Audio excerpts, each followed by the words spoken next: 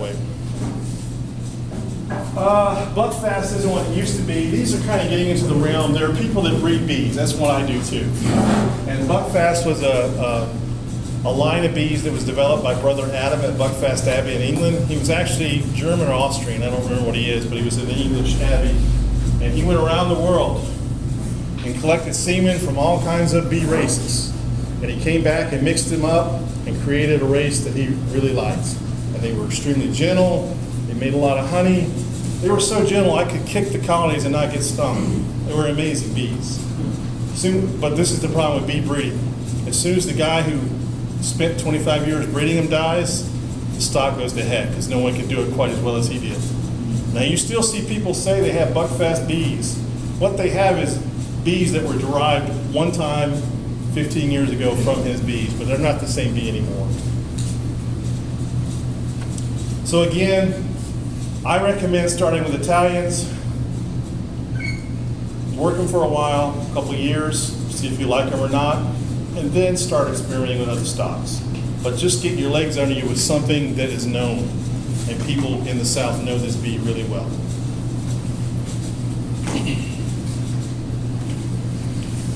After my experience this year with starting with nukes and buying a lot of mites, I strongly recommend that if you can, start with package bees. And what is a package bee? I'll show you in a minute. It really is a cage of about 3.5 pounds of bees in a cage with a queen. It's an artificial swarm that you buy. It's going to have mites, but it's not going to have brood. It can't brood, and that's where the mites reproduce. So even though you may buy some mites, you're not going to buy a lot of mites like you will in a nuke. Now, this is the hardest way to start bees because you have nothing. You've got a cage of bees and a queen, and I'm assuming you don't have combs, so you're starting your bees on foundation, which is, I like plastic. There's different kinds of foundation. There's wax embedded with wire. There's wax embedded on thin plastic. A lot of people have gone to the hard plastic, and I have too. This is coated with wax, and the bees will draw it on a heavy flow. But if you're starting off from scratch with a package of bees and foundation, it's kind of daunting. It's scary because bees live in wax combs. How do I go from here to here with nothing? What's the short answer? Lots of sugar water. You're feeding your bees to make comb. So we'll talk about that. But it's kind of scary when you think about these bees have nothing. I've got to give them food to get them up and running. This is the textbook thing. Start with at least 2 colonies. I was talking, anybody know Kenneth Thompson from Philadelphia? I was talking to him Friday. And Kenneth goes, they need to start with more than 2. They'll need 5 or 6 just to get 2 through the winter. So I thought that was pretty funny, but it's kind of true. But who can afford starting off 5 colonies, you know? I just thought it was pretty funny because he's been around beekeeping a while, so it's kind of a funny slant on things. It can be tough, but the reason we recommend starting with 2 is you can compare. Number 1, you can look at 2 queens, even from the same stock and even from the same mother, and they're not going to perform the same way. It's just like people. One might put on 90 pounds, and sitting right next to it, one might put on 25 pounds of honey, and that's it. So you get individual colony differences based on the queen. So it allows you to compare, but also if you do something tragic like step on your queen, it might allow you to be able to try and save one using the other. I remember as a student, a grad student, I was working for Dr. John Harbaugh, and he asked me to go look for some queens that we had put out to mate, clip, and mark them. And I'd gone to a mating nuke, and I looked all through it and couldn't find it. And he jokingly said, "You should check the bottom of your shoe." And sure enough, that's where she was. She had fallen off the frame, and I stepped on her. So he was joking, but it was sad that was really what happened. We won't look at the diagram. So this is a package of bees, and it's really 3.5 pounds of bees. It should be doing a cage just like this. In the center of that cage is a can of syrup that's kind of held in place by a bracket. And that syrup is their food during transit. It's got holes punched in the bottom, so it will slowly drip out, really tiny holes, and the bees can access the syrup while it's being mailed to you. I don't know if you can see it, but right here on the package, you see a bread tie. right there. It's stapled into the wood and it goes in, and the queen is in the cage. It's hanging right there. She's tied to the bread tie. The queen is in this cage. She's in a cage with attendants and candy on one end. The attendants help take care of her in transit, and the candy's their food. You should keep in mind, this queen is likely not related to those bees at all. That's the way the commercial business is. There's one group out shaking bees in packages. There's another group raising queens in another yard, catching them, caging them, and they throw them together and mail them to you. So this queen is not related to them. The worst thing you can do when you get this is to let that queen out into that cage. They'll kill her almost immediately. Okay, so that's the first thing. This squirt bottle has a weak sugar solution in it. Okay? And what that's used for is sometimes when bees are shipped in a package, they're flighty. When you dump them out of the cage, they'll go to the air. You can take sugar solution. Now do this gently. Don't spritz them so that they're coated and they start regurgitating. The idea is you gently spray the bees on both sides of the cage with the sugar syrup. They start to lick it, it sticks to them, and it makes them less likely to fly when you dump the bees out, which you're going to do within moments of getting ready to install them. So before you can install these, you got to have your equipment. So let's assume you bought your equipment and you're going to install these packages. First thing you want to do is lift the sugar can out, release the queen, unhook her, and separate her from the package. Spritz the bees, and then what you're going to do, and it's not shown here real well, you're going to take that queen and you're going to staple her to a frame. Staple that bread tie and let her hang so that her cage is hanging like this in the cage, in the collar. Okay? She's hanging there free, and you're going to put that in the center of your new hive. It's foundation. And you're not going to have all these frames in here. You're likely to have only 4, maybe 5 frames and a feeder. This is a feeder. It'll look like this maybe. These people, what do they have? 1, 2, 3, 4, 5, and a feeder. The rest of this, they're in a cold climate, so they've got insulation. They're doing this probably in April, but it's a lot colder in the north than it is here. Once you have the queen hanging in place, and you just simply do what they're doing. You dump the bees gently out into the new hive. The queen is still caged. They're going to be attracted to her pheromone, and they're going to tend to stay with her. And then once the bees are in place, fill your feeder. This is one style of feeder. This is another. This is a 2-gallon feeder. I asked my tech to buy 1 gallon, and she made the wrong order. This is a 2-gallon feeder. So it can hold 2 gallons of sugar syrup. Put that on the outside, dump the bees in here. You fill it up, and they have sugar to start taking.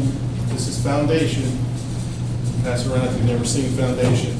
That's plastic foundation. You give them a little bit of food, they start drawing the comb out. This is one where they didn't complete it, but you can see where they're working on the comb. And this is a comb that's probably 2 years old, let's say. It's already dark. To get from that plastic to beeswax comb, for a medium box, this is a deep box, for a medium box of combs, it takes 25 pounds of sugar syrup to get that drawn out. So it takes a lot of food, a lot of energy to make beeswax. Where's the beeswax come from, you old guys? From the bees. It comes from the bees. It comes from their belly. They have glands on their belly that secrete the wax. They put it in their mouth, they mold it, and they make comb out of it. Do they mix the wax with propolis when they're putting? They do sometimes. It comes out of their ears. They don't do it when they're making new wax, but they rearrange nests a lot, and I often, Yeah. they do. They certainly do, I think. I see it myself. The question was, do they ever add propolis, which is a tree sap resin, to beeswax? And they do, but not when they're drawing out comb. It's more like when they're rearranging or waterproofing for some reason, they'll mix it. So the idea is when you get a package of bees, you've got to feed them, and you're going to feed them for at least the first 10 days to make sure they draw out combs. Now what's going to happen is you'll start them off with 4 frames of foundation. They'll start drawing it out, You need to check every few days and make sure they have sugar water and that they're actively drawing out the comb. And then, let's say they draw out your first fall comb. This is a drawn comb. This is a drawn comb. The queen will start laying in it right away once it's drawn out. And let's say you've got 4 frames of drawn comb now, and you want to grow the nest. Well, you simply move your feeder out and add foundation to either end. So as the colony grows, let's pretend these are 4 combs that they've already drawn out after your first round of feeding or so. You want to grow this colony. This is still, let's say we're not in honey flow. Let's say we're in March. Let's say you got lucky enough to get started in March, or it's early April. There's no honey flow yet. Keep feeding them and keep giving them foundation. So here's foundation. So let's say they've drawn those 4 frames out. I want them to draw out more. So I put the new foundation in between the feeder and the other combs that are drawn. Sometimes I'll put one here too. But the idea is to grow it slowly. Don't put all 10 combs in at one time or 8 combs, whatever. You just kind of grow them slowly until they get a honey flow. But you're going to have to feed them until the main flows come along, okay? Which, if you start in April, you can get some pretty substantial flows here in April and in May. What's your biggest honey flow down here? What time of them? Late May? Yeah. You probably have 5 or your biggest honey flow. Yeah, May into June? May and June. Oh, March. I know you get a good March flow to start. Spring tide out, it starts blooming. But then there's a break. But what's the big one that you get most of your honey for your harvest? Yeah, that's 5 or 6 weeks, May to June. So the trick is growing your bees during the period when there's not a lot coming in. And you're going to do that by feeding them. We'll talk more about feeding in a minute. But if you do everything right, she'll start laying in the combs they've drawn, and the nest will start to grow. Because they need comb to grow bees. So here is a nook, just for you people who don't know. Nook stands for nucleus of a colony. It's just beekeeping jargon. And the nucleus of a colony is a small colony. Basically, it's usually 4 frames of comb with living bees in it and food, and probably, how many bees are in a nook? Maybe 12,000 bees are in a nook with a queen. So you're buying somewhere between 12 and 15,000 bees with comb, and the comb has baby bees in it, pollen and honey, and you're buying it, and you're going to start that, and you'll do the same thing. You'll lift that nook with its queen, because the queen's laying in it. When you buy it, she's free running usually. You just simply put it in your box and add frames to throw it, and feed it if you need to. Most of mine this year came in these cardboard nooks. That's how I bought them. There are different styles. Some people make their own homemade nukes. These are nice because they put a little feeder hole on top of the nook for you, and you can use coffee cans with syrup to feed them. The beauty of a nook is this, is it's already started. It's growing. It's got a young lean queen in it usually. If they sell you, if they're a good beekeeper, they're not going to sell you an old queen. You usually got a young queen and young bees. And when it arrives, you don't have to install it right away. You can actually, if you're lazy or you're busy or whatever, you can set this on a rail, on a block, and it can serve as a bee colony for a few days to a week, as long as you don't hit a major honey flow where they have to grow fast, because they're not going to have enough space and they'll swarm. So when you buy a nook, you actually have more time to play before you have to install it. They're about $125 last year. Another way to start bees is simply catching swarms. This is a lot of fun, but you're also catching diseases. Just realize anytime you buy bees now, you can buy problems. Anytime you catch wild bees, you're also catching their problems. But in general, if you catch a big swarm, it's probably coming from a colony that doesn't have a lot of health issues. It's probably doing well. If it's strong enough to swarm, it's probably doing okay. Catching swarms is pretty easy. Well, depends on where it is. Yeah. If it's on a tree like this, it's a piece of cake. Yeah. This is actually as a beekeeping class I was teaching, and we had a different lesson planned for that day. When I walked out, I saw that swarm. I said, well, we have a new lesson today. So, and it took me a while to convince everybody that you don't need to wear your veil around the swarm. And But swarms in general are gentle because they're not defending comb or babies. However, 1 in 50 will sting the heck out of you. So, so don't just walk up to a swarm every time. I always smoke a swarm, even though you don't need to probably. And I always have my veil nearby, you know? Because I was embarrassed one time. It was school kids. There was a swarm of bees on the school grounds, and the teachers wanted to use it as a lesson. And I just finished telling them how gentle bees are as a swarm. And I did that move. And immediately, 60 to 80 were on the back of my head. And as I walked away, they have video, there's a comet of bees following me. I walked away from the children, of course. But I looked back at the kids, their mouths were open in horror, and it was not the lesson the teachers wanted.